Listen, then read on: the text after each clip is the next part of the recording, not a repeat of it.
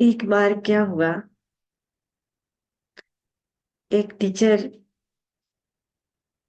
छोटी बच्ची से पूछता है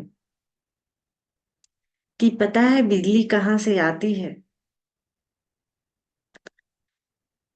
वो बच्ची जवाब देता है कि हाँ सर, मुझे पता है बिजली कहाँ से आती है। टीचर बोलते हैं बताओ कहाँ से आती है। वो बच्चा बोलता है मेरे मामा जी के यहाँ से आती है। फिर टीचर बोलते हैं कि तुम्हें कैसे पता कि ये बिजली तुम्हारे मामा जी के यहाँ से आती है। वो बच्चा जवाब देता है कि जब भी लाइट चली जाती है मेरे पापा बोलते हैं सालों ने फिर से लाइट काट दिए। टीचर कुछ और कहना चाह रहा है, बच्चा कुछ और समझ रहा है। ऐसे ही अक्सर हमारे जीवन में भी घटित होता है। हम कुछ और कहना चाहते हैं, उसी शब्द को बहुत सारे लोग अपने अपने अनुसार से अपना अपना अर्थ निकाल लेते हैं, कुछ और समझ लेते हैं।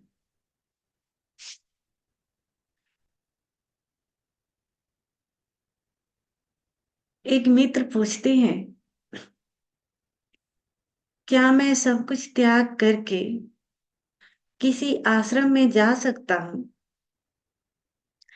आश्रम में रहने के क्या क्या नियम है। उनका क्वेश्चन है कि क्या मैं सब कुछ त्याग करके किसी आश्रम में जा सकता हूँ।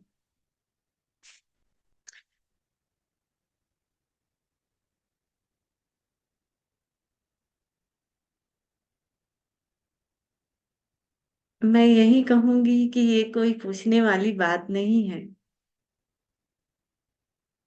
ये तो आपकी मर्जी पर निर्भर करता है। आप आश्रम में जा सकते हैं या नहीं जा सकते। आपकी तैयारी कितनी है, आपकी प्यास कितनी है, ये तो आप ही बता पाएंगे। मैं से मैं कैसे बता सकती हूँ कि आप आश्रम में चले जाइए। अगर मैं कहती हूँ कि आप आश्रम में चले जाइए और आपकी तैयारी नहीं हो, आप तो मुझे ही गाली देंगे कल को। और अगर आपकी तैयारी हो और फिर मैं कहती हूँ कि आप रुक जाइए, आश्रम में क्यों जाना, तो भी आप मुझे ही गाली देंगे।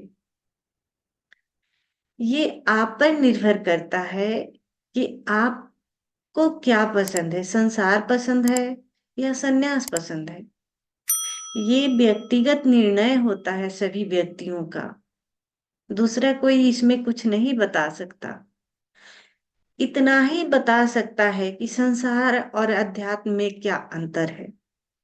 अब चुनाव तो आपकी होनी पड़ी कि आप किसे चुनते हैं। कोई भी सदगुरु है आपके पास, इतना ही रास्ता खोल सकता है कि एक तरफ हीरे की खदान है और एक तरफ पत्थरों का ढेर है। अब इसमें से आप क्या चुनते हैं, ये आप पर निर्भर करता है।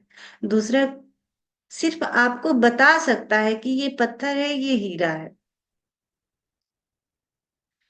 जरूरी नहीं है कि आपको कोई हीरा दे दे तो आप खुश हो जाएंगे। जरूरी नहीं है, क्योंकि महलों में रहने वाले भी दुखी हैं और झोपड़ी में रहने वाले भी खुश हैं। ये व्यक्ति पर निर्भर करता है कि हम खुश कैसे हो सकते हैं। जरूरी नहीं है कि हम महल हमें मिल जाए, गाड़ी बंगला मिल जाए तो हम खुश ही हो जाएंगे। हमारे जीवन में छलांग ही लगेगी, जरूरी नहीं है। हो सकता है कोई गरीब जो झोपड़ी में रहता हो, वो अपना जो जीवन बिताता हो बहुत खुशी खुशी बिताता हो। तो मैं यही कहूंगी कि ये आपका डिसीजन होना चाहिए। दूसरे से पूछ करके अगर कोई काम करते हैं तो आपकी विकास नहीं हो पाएगी, आप कभी विकसित नहीं हो पाएंगे। दूसरे से पूछा हुआ कब कब तक उस रास्ते पर आप चल पाएंगे। अपना डिसीजन स्वयं लेना चाहिए कि हमें क्या करना है। मैंने अपने जीवन में जो भी किया है, मैं स्वयं के डिसीजन से मैं करती हूँ। मैं कभी भी किसी से पूछने नहीं जाती कि मुझे ये करना चाहिए या नहीं करना चाहिए, कभी मैंने नहीं पूछा। मैं सिर्फ जो भी मेरे भीतर लगता है कि मुझे ये करना चाहिए, बस मैं घर वालों को सुना सुना देती हूँ कि मुझे ये काम करना है। बस इतना ही करती हूँ। पूछती नहीं हूँ कि मुझे करना चाहिए या नहीं करना चाहिए, चाहे मेरा डिसीजन गलत हो या सही हो। क्योंकि मुझे पता है कि जब तक मैं स्वयं से डिसीजन नहीं लूंगी तब तक मेरा कोई विकास होने वाला नहीं है। विकास उसी में होता है जब स्वयं का डिसीजन होता है, चाहे वो गलत हो या सही हो। गलत भी करते हैं तो भी आप एक छलांग लगाते हैं, आगे बढ़ेंगे। सही करते हैं तो छलांग तो लगता ही है। तो डिसीजन स्वयं का होना चाहिए, किसी से पूछ करके कोई काम नहीं करना चाहिए। आप खाना खाते हैं, भूख लगती है, तो आप ये तो नहीं पूछते कि मुझे भूख लगी है, मुझे खाना खाना चाहिए या नहीं खाना चाहिए। आप तो नहीं पूछते। नींद आती है तो आप पूछ करके तो नहीं सोते कि मुझे नींद आ रही है, अब मुझे सोना चाहिए कि नहीं सोना चाहिए। तो जब ये सारे डिसीजन आप स्वयं लेते हैं तो इतना बड़ा डिसीजन आप लोगों से पूछ करके कैसे ले सकते हैं? इसमें आपकी छलांग नहीं हो सकती, विकास नहीं होगा। किसी से भी पूछेंगे तो ये स्वयं का आपका अनुभव नहीं होगा। आपको ये डिसीजन स्वयं ही लेने होंगे। और जैसे कि आपने पूछा है कि आश्रमों में रहने का क्या नियम है, तो सभी आश्रमों के अपने अपने नियम होते हैं, लेकिन हमें स्वयं को समर्पित करने होते हैं उन आश्रमों में।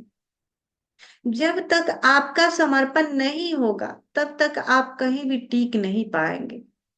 समर्पण का मतलब है कि पूर्ण रूप से अस्तित्व के हवाले करना।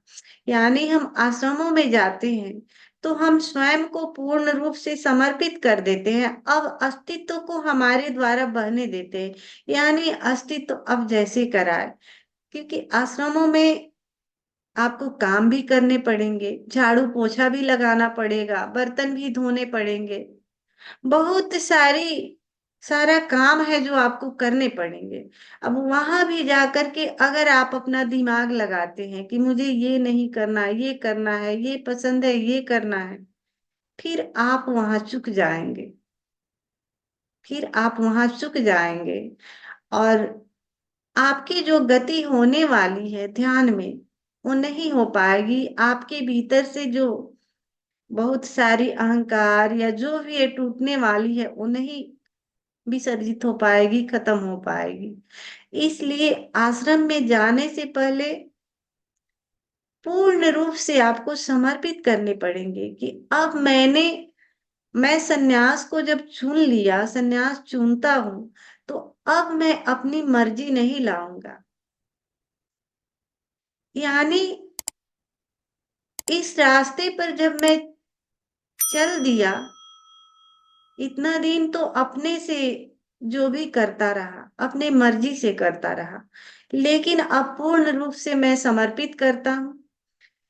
समर्पण का मतलब है, जैसे कि हमने वो कहानी सुनाई थी एक बार, कि एक शिष्य एक सदगुरु के आश्रम में जाता है और उसे चावल कूटने का काम मिलता है। ऐसे ही हमें समर्पित करने होता है कि जो भी आश्रम वाले अगर आपको काम देते हैं तो पूर्ण रूप से समर्पित हो करके आपको काम करने पड़ेंगे। अगर चावल कूटने का ही काम मिले, बर्तन धोने का ही काम मिले, यानी पूर्ण रूप से समर्पित हो करके आपको करने पड़ेंगे, तो ही आपका विकास होगा। नहीं तो नो, नहीं हो पाएगा। वहां भी राजनीति आ जाएगी, कूटनीति आ जाएगी, यानी आप जिसके लिए गए हैं वो चीज घटित नहीं हो पाएगा। और डिसीजन आपका होना चाहिए कि आपको आश्रम जाना चाहिए या नहीं जाना चाहिए। ये निर्णय आप स्वयं लेंगे, तो ही आपका विकास होगा। इसमें दूसरा कोई कुछ नहीं बोल सकता। आपकी कितनी तैयारी है, नहीं तैयारी है, ये आप पर निर्भर करता है। तो ज्यादा मैं यही कहूंगी कि आप स्वयं डिसीजन ले कि आपको क्या करना है। हमने अपने जीवन से यही सीखा है कि जब हम स्वयं का डिसीजन लेते हैं स्वयं से, तो ही हमारा विकास होता है, छलांग होता है। नहीं तो दूसरे के डिसीजन से हम चलते हैं, दूसरा कहता है कि दाएं घूम दाएं घूम, घूमते हैं, बाएं घूम बाएं घूमते हैं, तो इसमें विकास नहीं होता। रही सवाल आश्रमों की, तो वहां तो आपको पूर्ण रूप से स्वयं को समर्पित कर देने होते हैं। बिना समर्पित किए फिर वहां आपकी छलांग नहीं लगेगी। तो आइए इसी भावदशा के साथ हम इस ध्यान में प्रवेश करते हैं।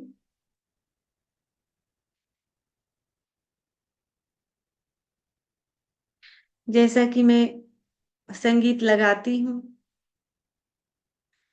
संगीत पर हमें स्वयं को छोड़ देना है, अस्तित्व को बहने देना है स्वयं के भीतर से। जैसे जैसे शरीर मूव करना चाहे, वैसे वैसे हम सहयोग करेंगे शरीर का, स्वयं का।